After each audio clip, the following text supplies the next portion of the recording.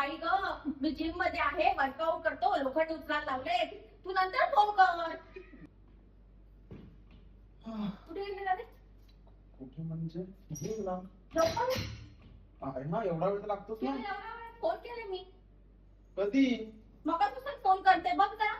नाही. अरे पण एक तरी फोन उचलायचा ना. मोबाईल मध्ये ऑप्शन असेल की बाबा फोन आलेला कळतो आपल्याला.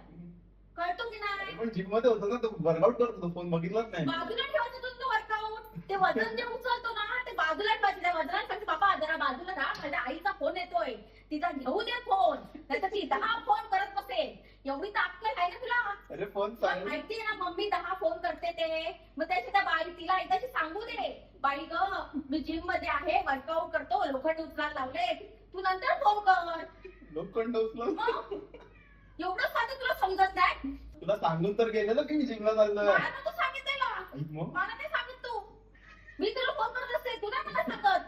उद्यापासून जर तू फोन उचलला नाही तर तो फोन आहे तो पण फोडून टाकीन. 80,000चा फोन येतो. चालेल, पाण्यात बुडवून काढीन तू त्याला.